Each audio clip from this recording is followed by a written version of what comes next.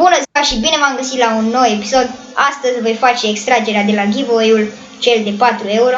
Haideți să punem aici link-ul, așa. Dăm aici load comments.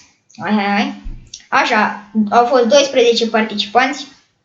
Așa, deci succes acum și dăm pe magicul random pick winner pentru Chopper, pentru P90 Chopper. Așa. Deci este Guilherme Silva. Îmi pare rău dacă nu am știut să-ți pronunț numele. Da. Trebuie să lași un trade link-ul de la Steam-ul tău pentru a putea să-ți dau trade-ul în comentarii de la episodul acesta. Următorul, cel care a câștigat AVP-ul Worm God, este Tudor Place. Bravo și ție! Acum trebuie să lași și tu în comentarii trade link-ul.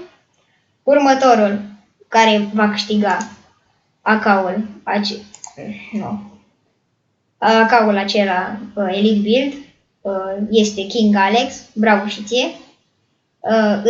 Trebuie să lași în comentarii trade link-ul de la Steam.